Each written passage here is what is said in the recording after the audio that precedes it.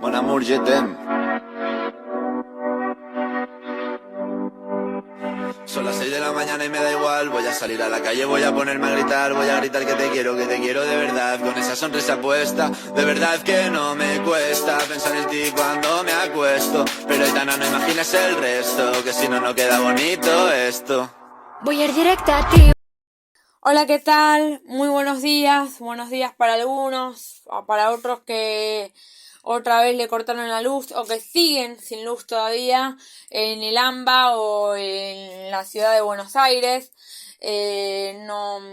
Vamos a definir en el día de hoy, voy a definir en el día de hoy los términos de humildad y pobreza para que quede claro más que nada la diferencia entre humildad y pobreza, porque son términos muy distintos que mucha gente confunde.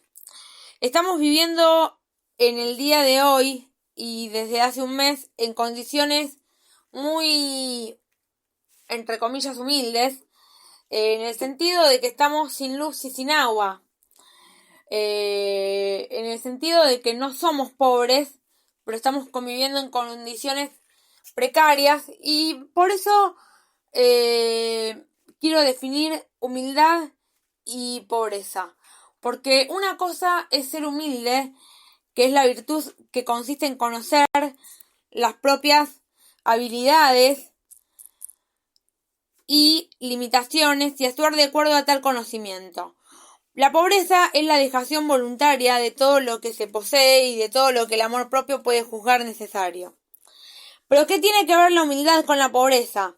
Estas dos condiciones del ser humano son diferentes, no iguales, necesariamente concurren en un mismo individuo, pues una persona que no tiene nada que ver con la otra, más aún cuando la pobreza es una condición socioeconómica, en tanto que la humildad es un valor axiológico y una virtud capital.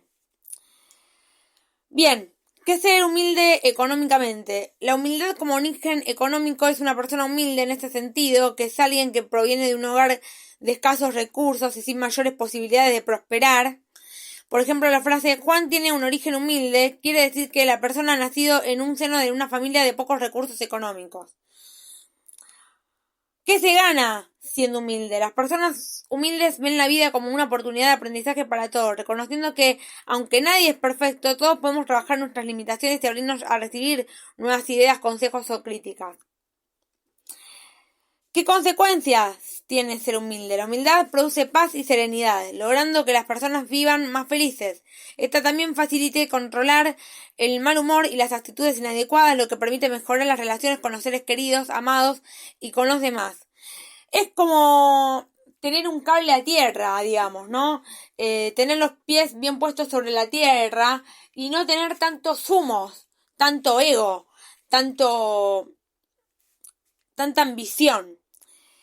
¿Qué decía Jesús de la pobreza? Evangelizados como hemos sido a fuerza del amor, del cañón, pareciera que el mundo se resignó ante la amenaza de Jesucristo, porque los pobres siempre tendréis con vosotros y cuando queráis les podré hacer bien, pero a mí no siempre me tendréis. Dice Marcos 14, 2.7 y esto es de fuente de Claxo.org. ¿Y qué les falta a los pobres? La pobreza es una situación en la cual no es posible satisfacer las necesidades físicas y psicológicas básicas de una persona por faltos recursos como la alimentación, la vivienda, la educación, la asistencia sanitaria, el agua potable o la electricidad.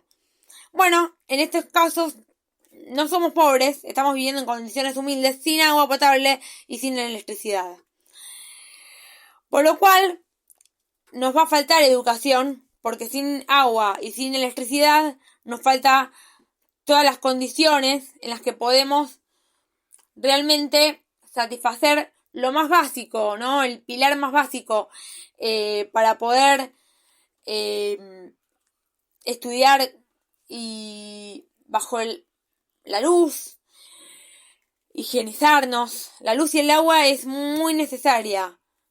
También la asistencia sanitaria y todo lo demás, pero la luz y el agua es muy necesaria. Así estemos o no, en realidad, estemos o no en una vivienda, la luz y el agua es necesaria para todo, tanto para los locales que nos prestan el servicio de luz y agua, para todos es importante la luz y el agua. Pero, ¿cuáles son las características de una persona humilde? Se conocen y reconocen, saben cuáles son sus fortalezas y también sus debilidades, valoran el trabajo y el esfuerzo, tanto el suyo como el de los demás, escuchan las diferentes opiniones y las toman en cuenta, se expresan con asertividad, respetan y son respetados y también son solidarios. Cabe destacar que son solidarios, porque sin solidaridad es algo que no podemos abarcar las necesidades del otro y no podemos ser empáticos con el otro. Entonces son valores pilares de ciertos códigos que manejan las personas para ser humildes y para ser buenas personas. Ahora, ¿qué se considera ser pobre? Una persona se encuentra en una situación de pobreza cuando tiene al menos una carencia social. En los 6 indicadores de rezago educativo, acceso a los servicios de salud, acceso a la seguridad social, calidad y espacio de la vivienda y servicios básicos de la vivienda, acceso a la alimentación, etc. Entonces, para resumir, ¿no? ¿Es Argentina un país pobre? Vamos a hablar de cuáles son las principales causas de la pobreza en Argentina. La crisis económica y social provocada por la pandemia, la aceleración de la inflación, en particular del precio de los alimentos, el mayor desempleo y la abrupta recesión de los que lleva 3 años en el país. La pobreza alcanzó el 42% de los argentinos de acuerdo al número del segundo semestre del 2020. Esto lo dice eleconomista.com en México. ¿Y quién es el culpable de la pobreza en Argentina? El Estado. La pobreza principal en Argentina y la principal causa es el Estado, quien maneja los pilares básicos entre los cuales satisface las necesidades del pueblo.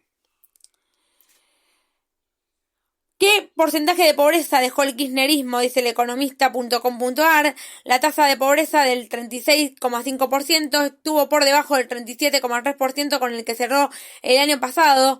Sin embargo, la indigencia en 8,8% resultó superior al 8,2% de la medición de julio y diciembre del 2021. Esto lo decían el 28 de septiembre del 2022. ¿Qué tan pobre es Argentina? Es así que la Argentina es en un lugar del 37,3% que midió el Instituto Nacional de Estadística y Censos, INDEC. En 2021 aparece que este informe, con un 27,9%, es el 7º país con más pobres y el 9º con menos, depende de cómo se lo mire. Dice el diario.com.ar de Argentina. ¿Cuánto dinero se necesita para no ser pobre? Una familia tipo necesita 163.539 para no ser pobre en enero del 2023, de acuerdo con el índice de canasta básica total que informó el INDEC. ¿Cuándo empezó la pobreza en la Argentina? Si bien los datos del Instituto Oficial sobre la Pobreza comenzaron a publicarse en 1988, distintas fuentes sostienen que durante la presidencia de Raúl Alfonsín, esto lo dice ideasdellitoral.com.ar, la pobreza bajó en sus primeros años de mandato, pero en los últimos meses de su gestión este indicador subió notoriamente.